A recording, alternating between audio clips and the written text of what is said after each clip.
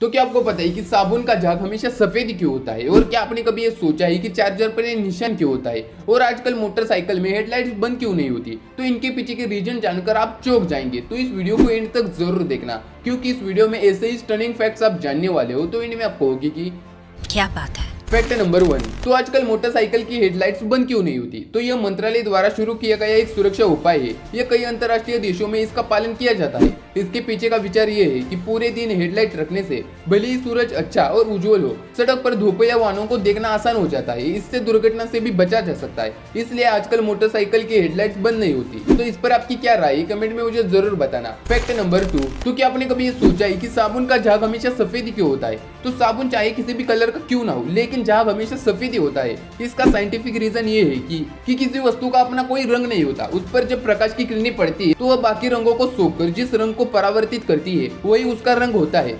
यह नियम कहता है कि जब भी कोई वस्तु सभी रंगों को सोख लेती है तो वह काली और सभी रंगों को परावर्तित करती है, तो सफेद दिखाई देती है। साबुन का झाग हमेशा सफेद दिखाई देने के पीछे भी यही कारण है कि झाग कोई ठोस पदार्थ नहीं है। इसकी सबसे छोटी इकाई पानी, हवा और साबुन से मिलकर बनी एक पतली फिल्म होती है। यह पतली फिल्म जब गोल आकार लेती है तो हम इसे बुलबुला कहते हैं। दरअसल साबुन का झाग बहुत सारे छोटे छोटे बुलबुलों का समूह होता है। साबुन के एक बुलबुले में घुसते ही प्रकाश की किरणें अलग अलग दिशा में परावर्तित होने लगती है, यानी कि उसके अंदर प्रकाश की किरणें किसी एक दिशा में जाने की बजाय अलग अलग दिशा में बिखर जाती है।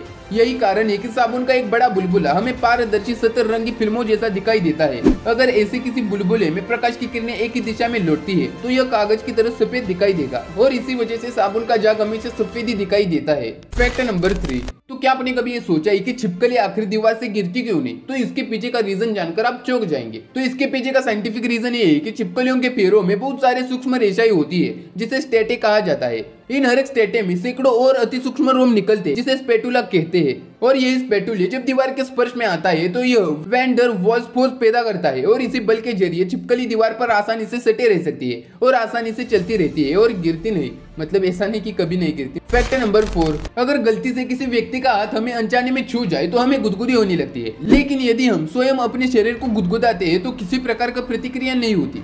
तो ऐसा क्यों होता है? तो हमारे दिमाग में कुछ इस तरह से प्रोग्राम होता है कि उसमें बाहरी संवेग और आंतरिक संवेग को अलग करने में महारत हासिल होती है। दिमाग सबसे पहले उन संकेतों को अनदेखा करता है जो आंतरिक होते हैं। जब भी कोई व्यक्ति हमें गुदगुदी मचाता है तो हमें हंसी उसके कारण होने वाले आकस्मिक भय का रूप होती है। जब हम स्वयं अपने को गुदगुदाते हैं तो हमें किसी भी प्रकार का भय नहीं होता।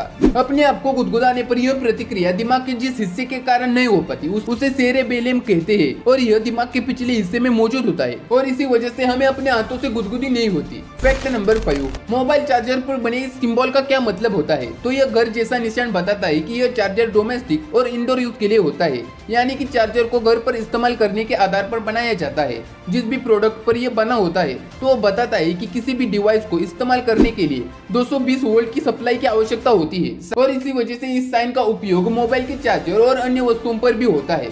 तो अगर आपको इनमें से कौन सा भी फैक्ट अच्छा लगा हो तो इस वीडियो को एक लाइक तो जरूर कर देना, और ऐसे ही स्टनिंग फैक्ट्स को देखने के लिए चैनल को सब्सक्राइब करना ना भूलें।